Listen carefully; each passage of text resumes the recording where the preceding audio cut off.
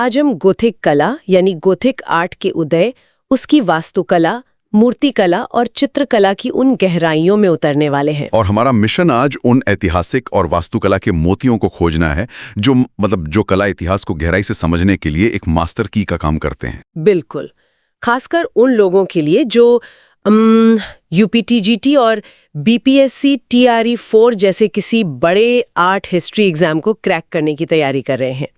आज हम समझेंगे कि कैसे गॉथिक काल पिछली रोमानेस्क कला और आने वाले पुनर्जागरण यानी रेनेसां काल के बीच एक बेहद महत्वपूर्ण कड़ी बना।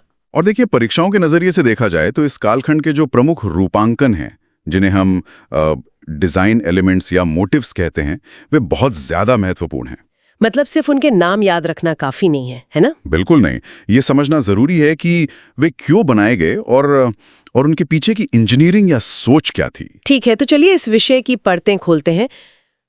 जब भी गॉथिक वास्तुकला के उन ऊंचे नुकीले मेहराबों या आसमान छूते कैथेड्रल की तस्वीरें सामने आती हैं तो सबसे पहला सवाल यही उठता है कि आखिर ये नई कला रातों रात तो आसमान से नहीं टपकी होगी। हाँ, ये कोई जादू तो था नहीं। तो इसकी शुरुआत आखिर कब हुई और सबसे जरूरी बात किन परिस्थितियों में हुई? अगर समय के पन्नों को पीछे पलटा जाए तो इसकी शुरुआत 12वीं शताब्दी के मध्य में हुई थी। सटीक समय की बात करें तो लगभग 1150 ईस्वी के आसपास। अच्छा। हाँ, और इस महान कला का जन्मस्थान था फ्रांस। लेकिन यहाँ जो बात सबसे दिलचस्प है वो ये है कि इस कला के नाम के पीछे की कहानी बहुत ही मजेदार और थोड़ी विडंबनापूर्ण है। गॉथिक शब्द की उत्पत्ति असल में गोथ जनजाति के नाम से हुई है। रुकिए, गोथ जनजाति? जहां तक इतिहास पढ़ा गया है, गॉथ्स तो वो लोग थे जिन्हें रोमन साम्राज्य को तबाह करने वाले एक बर्बर और असभ्य कबीले के रूप में जाना जाता है। एकदम सही। तो फिर इतनी सुंदर, रोशनी से भरी और भव्य कला का नाम इतिहास के इतने खूंखार लोगों के नाम पर क्यों रख दिया गया? यही तो मजा है इतिहास का। ये नाम असल में कोई सम्मान नहीं था, बल्कि एक गाली थी। अच्छा, एक गाली। हाँ, शुरुआत में गॉथिक शब्द का इस्तेमाल एक तिरस्कृत या मजाक उड़ाने वाले शब्द के रूप में किया गया था। देखिए, जो पारंपरिक शास्त्रीय रोमानेस्क कला के समर्थक थे, जो मानते थे कि इमारतें भारी और नियमों से बंधी होनी चाहिए, उन्हें ये नई, ऊंची और कांच से भरी शैली बहुत अजीब और बेतुकी लगी। मतलब उन्हें लगा कि ये तो सारे नियम तोड़ रहे हैं। बिल्कुल, उन्होंने इसे अपमानजनक रूप से गॉथिक कह दिया। उनका मतलब था कि ये तो उन असभ्य गॉथ्स के काम जैसा है जिन्हें कला की कोई समझ ही नहीं है। अरे वाह, ये तो बिल्कुल वैसा ही हो गया कि कोई आपको चिढ़ाने के लिए एक नाम दे और आप उस नाम को इतनी शान से अपना लें कि वो इतिहास में अमर हो जाए। एकदम सटीक बात कही। लेकिन उस समय 12वीं सदी में फ्रांस में ऐसा क्या बदल रहा था जिसने इतने बड़े बदलाव को जन्म दिया? ये सिर्फ किसी एक आर्टिस्ट के दिमाग की उपज तो नहीं हो सकती। बिल्कुल नहीं। समाज की पूरी अर्थव्यवस्था करवट ले रही थी। ये भारी आर्थिक प्रगति का समय था। व्यापार और वाणिज्य तेजी से बढ़ रहे थे।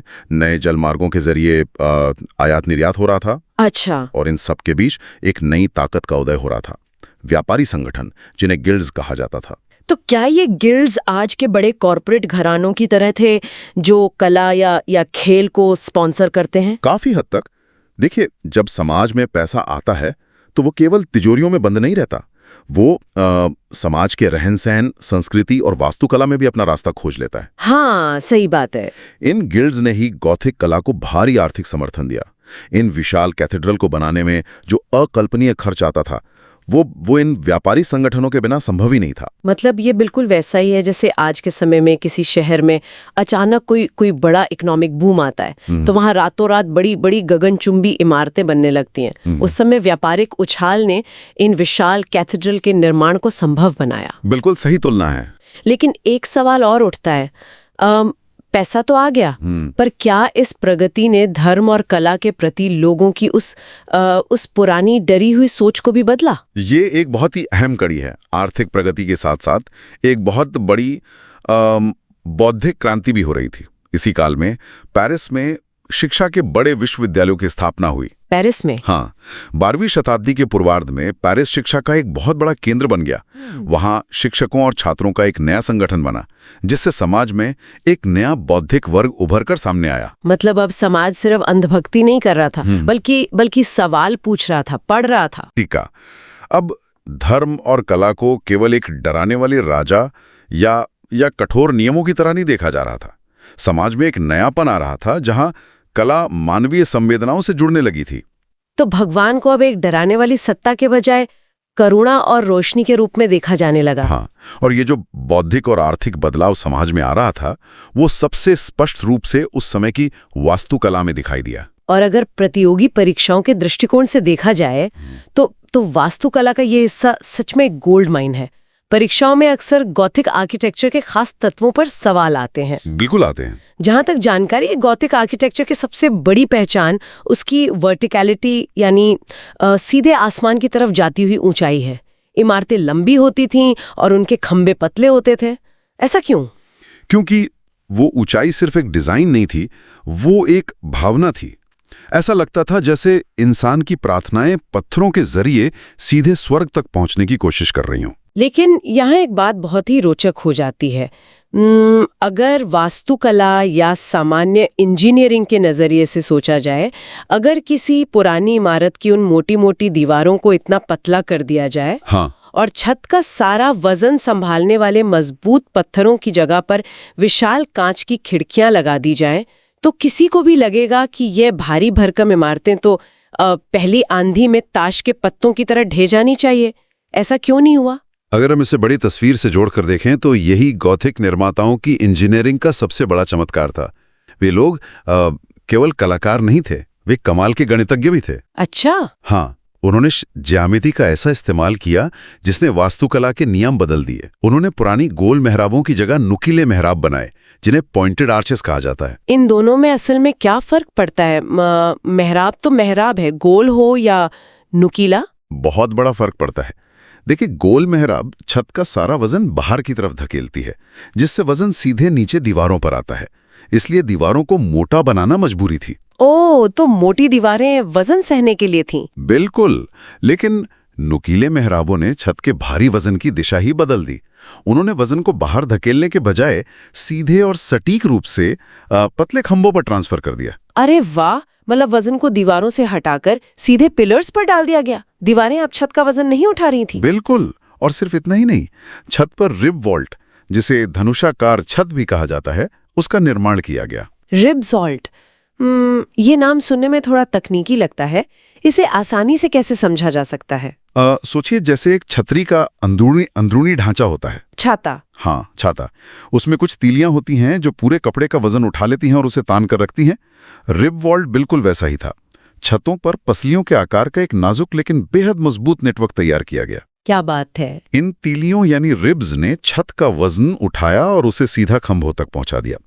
इसी तकनीक ने दीवारों को वजन उठाने की जिम्मेदारी से पूरी तरह मुक्त कर दिया। और जब दीवारें फ्री हो गईं, तो उन्हें भारी पत्थरों से बनाने की जरूरत ही खत्म हो गई। वहां बड़ी बड़ी कांच की खिड़कियां लगाई जा सकीं।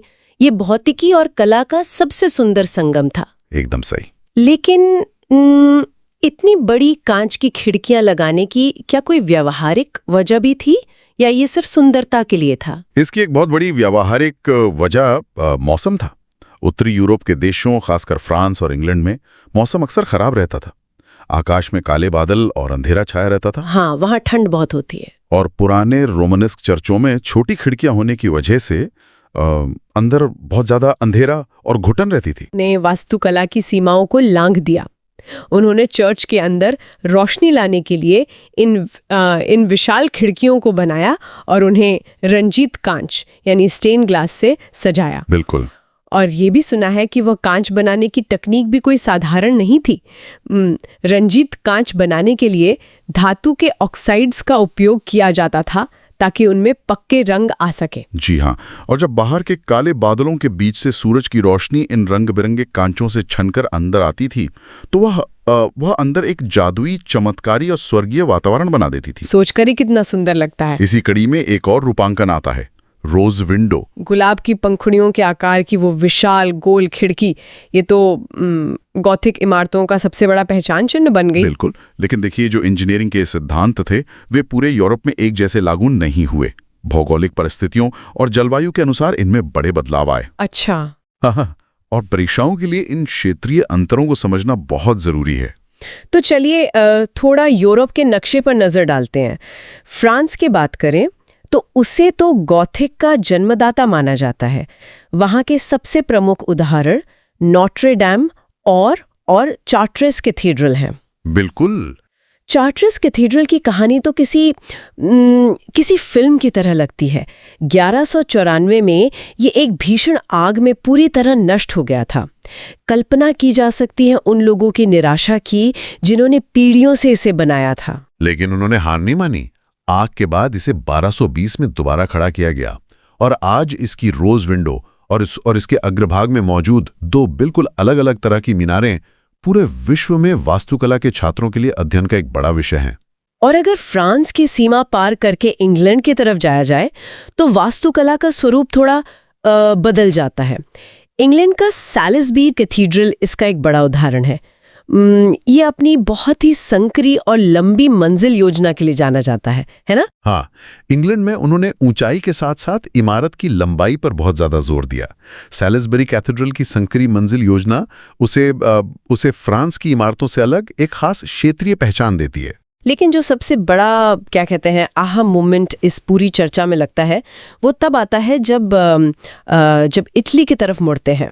इटली का सैन फ्रांसिस्को चर्च इसका उदाहरण है। हाँ, इटली की कहानी एकदम अलग है। अब तक तो बात हो रही थी कि उत्तरी यूरोप में मौसम खराब था, अंधेरा था, इसलिए कांच की खिड़कियां बनी। लेकिन इटली की जलवायु तो बिल्कुल अलग थी। मतलब फ्रांस की बर्फ और इटली की धूप ने सब बदल दिया। बिल्कुल। इटली में उत्तरी यूरोप की तरह बर्फ या घना अंधेरा नहीं रहता था। वहां भूमध्य सागरीय जलवायु थी, मतलब अच्छी खासी धूप और गर्म मौसम। तो इसका मतलब है कि उन्हें चर्च के अंदर रोशनी लाने के लिए उन विशाल कांच की खिड़कियों की कोई जरूरत ही नहीं थी, बल्कि उन्हें तो गर्मी से बचने के लिए अंदर ठंडक चाहिए होगी। एकदम सही। और इसीलिए इटली के चर्चों में बड़ी खिड़कियां नहीं बनी। उनकी जगह चौड़ी चौड़ी और ठोस दीवारें ही रहीं। तो असल में मौसम तय कर रहा था कि आर्टिस्ट क्या बनाएगा। फ्रांस की ठंड ने उन्हें कांच पर चित्रकारी करने पर मजबूर किया और इटली की धूप ने कलाकारों को विशाल खाली दीवारें दी। ये एक बहुत ही शानदार निष्कर्ष है। देखिए, जब इटली के कलाकारों को वे विशाल खाली दीवारें मिली तो उन्होंने उन पर बड़े बड़े भित्ति चित्र, जिन्हें म्यूरल्स या फ्रेस्को कहा जाता है, वो बनाना शुरू कर दिया। अरे वाह! ये क्षेत्रीय अंतर समझना बहुत अहम है, क्योंकि इटली की यही भित्ति चित्रण की परंपरा आने वाले समय में चित्रकला के विकास का और अंततः महान पुनर्जागरण का सबसे बड़ा आधार बनी। मतलब अगर मौसम अलग होता तो शायद आज रेनेसा का रूप कुछ और ही होता। ये जानकर सच में रोंगटे खड़े हो जाते हैं कि इतिहास की कड़ियां कैसे एक दूसरे से जुड़ी हैं। बिल्कुल जुड़ी हैं। तो इस सब का असल में क्या मतलब है?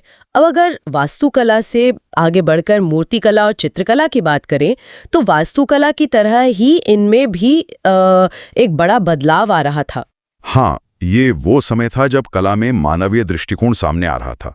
मूर्तिकला में आकृतियों का स्वतंत्र अध्ययन किया जाने लगा। उनके सही शारीरिक अनुपात पर बारीकी से ध्यान दिया गया। मतलब जो पहले रोमानेस्क काल में आकृतियां बहुत सपाट और निर्जीव सी लगती थीं, अब गोथिक काल में मूर्तियों में जान फूंकी जाने लगी। बिल्कुल।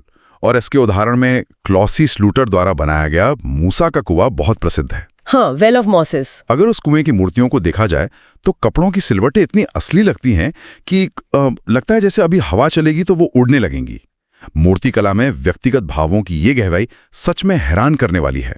इसके अलावा मुस्कुराता हुआ फरिश्ता यानी स्माइलिंग एंजल भी एक बेहतरीन उदाहरण है। इसके चेहरे पर जो स्वाभाविक मुस्कान है वो पुरानी डरावनी मूर्तियों से बिल्कुल अलग थी। सही कहा। साथ ही वनस्पति रूपों यानी बोटैनिकल मोटिव्स का बहुत उत्सुकतापूर्वक उपयोग भी इसी समय देखा गया। प्रकृति को करीब से देखा जा रहा था और उसे पत्थरों पर उकेरा जा रहा था। पर धर्म का प्रचार अब भी मुख्य था, है ना? लेकिन उससे पेश करने का तरीका बदल गया था। बिल्कुल। अब उसमें मानवीय करुणा दिखाई गई। ईसा मसीह को केवल एक शक्तिशाली और न्याय करने वाले भगवान के रूप में नहीं, बल्कि उनके कष्टों और उनकी पीड़ा को एक यथार्थवादी मानवीय नजरिए से दिखाया गया, ताकि एक आम इंसान उनके दुख से अपना दुख जोड़ सके। हाँ, इसके अलावा समाज में महिलाओं का प्रति सम्मान भी बढ़ रहा था, जिसे वर्जिन मैरी की वंदना और उनकी मातृत्व को दर्शाने वाली सुंदर मूर्तियों में स्पष्ट रूप से देखा जा सकता है। यह एक महत्वपूर्ण सवाल खड़ा करता है। अब अगर चित्रकला की तरफ आएं तो यहाँ एक बहुत बड़ी पहेली नजर आती है। वो कैसे? देखिए, वास्तुकला में हमने देखा कि उत्तरी यूरोप में तो दीवारें हटाकर वहां कांच लगा दिया गया था। हाँ, दीवारें कम हो गई थीं और खिड़कियां बड़ी हो गई थीं। तो अगर इसे समेटने की कोशिश की जाए तो क्या हम ये कह रहे हैं कि चूंकि फ्रांस या इंग्लैंड में इटली जैसी चौड़ी दीवारें बची ही नहीं थी, तो चित्रकारों के पास अपनी कला दिखाने के लिए कोई जगह ही नहीं बची, उन्हें अपनी कला कहीं और ले जानी पड़ी? बिल्कुल सटीक। और इसी मजबूरी ने एक बिल्कुल नई विधा को जन्म दिया।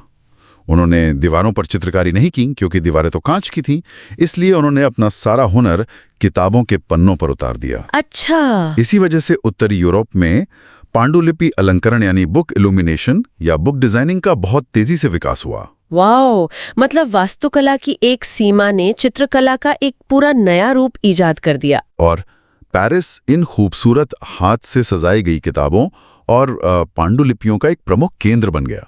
इन किताबों में इतने बारीक और सुंदर चित्र बनाए जाते थे जो उस बौद्धिक वर्ग की मांग को पूरा करते थे। क्या बात है! क्या कला में सीमाएं या बंदिशें रचनात्मकता को रोकती हैं या वे रचनात्मकता को बढ़ावा देती हैं? गॉथिक काल तो यही साबित करता है कि जब कलाकारों से उनकी दीवारें छीन ली गईं तो उन्होंने हार नहीं मानी। बिल्कुल नहीं। उन्होंने कांच को अपना कैनवस बना दिया और किताबों के छोटे छोटे पन्नों को एक नई रंगीन दुनिया में बदल दिया। ये इंसानी जज्बे का सबसे बेहतरीन उदाहरण है। तो जो छात्र यूपीटीजीटी और बीपीएससी TRE 4 परीक्षाओं की तैयारी कर रहे हैं, उनके लिए इस पूरी चर्चा का अगर एक स्पष्ट सारांश निकाला जाए तो वो ये होगा कि गॉथिक कला केवल कुछ ऊंचे खंभों, नुकीले मेहराबों या रंगीन कांच की खिड़कियों की लिस्ट नहीं है जिसे बस रटना है। सही कहा। ये यूरोप के अंधकार युग से निकलकर प्रकाश की ओर बढ़ने का एक ठोस सबूत है। हाँ, ये उस समाज का प्रतीक है जहां मानवीय करुणा, यथार्थवाद, शिक्षा और बौद्धिक प्रगति अपने कदम जमा रहे थे। बिल्कुल। परीक्षाओं के लिए फ्रांस का चार्ट्रस कैथीड्रल हो या इटली का सैन फ्रांसिस्को, तकनीकी शब्द जैसे रिवॉल्ट और स्टेन्ड ग्लास हो या पांडुलिपि अलंकरण का विकास, ये सभी तथ्य उस एक बड़ी कहानी का हिस्सा हैं जहां इंसान ने प्रकृति और ज्यामिति को समझकर इतिहास रचा। और यही इतिहास आज की कला का आधार है। और इस गहन चर्चा को समाप्त करने से पहले अगर एक पल के लिए रुक कर सोचा जाए, आज हम आधुनिक युग में हैं। जरा कल्पना की जाए 12वीं शताब्दी के उन गॉथिक निर्माताओं के पास कोई आधुनिक क्रेन नहीं थी, कोई कंप्यूटर या 3D मॉडलिंग सॉफ्टवेयर नहीं था। सच में कुछ भी नहीं था। फिर भी उन्होंने केवल पत्थर, कांच, इंसानी हाथों और अपनी मूल ज्यामिति के सहारे इतनी विशाल, आसमान छूती और रोशनी से भरी इमारतें खड़ी कर दी जो आज सदियों बाद भी सीना ताने खड़ी हैं। बिल्कुल। तो क्या आज के हमारी स्टील और कंक्रीट की आधुनिक गगनचुंबी इमारतें वास्तुकला का सचमुच कोई नया चमत्कार है, या वे बस उसी सदियों पुराने गॉथिक, गणित और इंजीनियरिंग की एक नई नकल मात्र है? ये एक बहुत ही गहरा सवाल है। शायद उन पुराने निर्माताओं की सोच आज भी हमारे आधुनिक शहरों के आकार में कहीं न कहीं जीवित है। इसी विचार के साथ आज की इस डीप डाइव को यहीं विराम दिया जाता है। ज्ञान, कला और वास्तुकला की इस रोमांचक यात्रा में इतनी गहराई तक उतरने के लिए सभी श्रोताओं का बहुत बहुत धन्यवाद। सीखते रहिए, सवाल पूछते रहिए और हर पुरानी दीवार में छिपे नए अर्थ खोजते रहिए। मिलेंगे अगली बार एक नए विषय के साथ।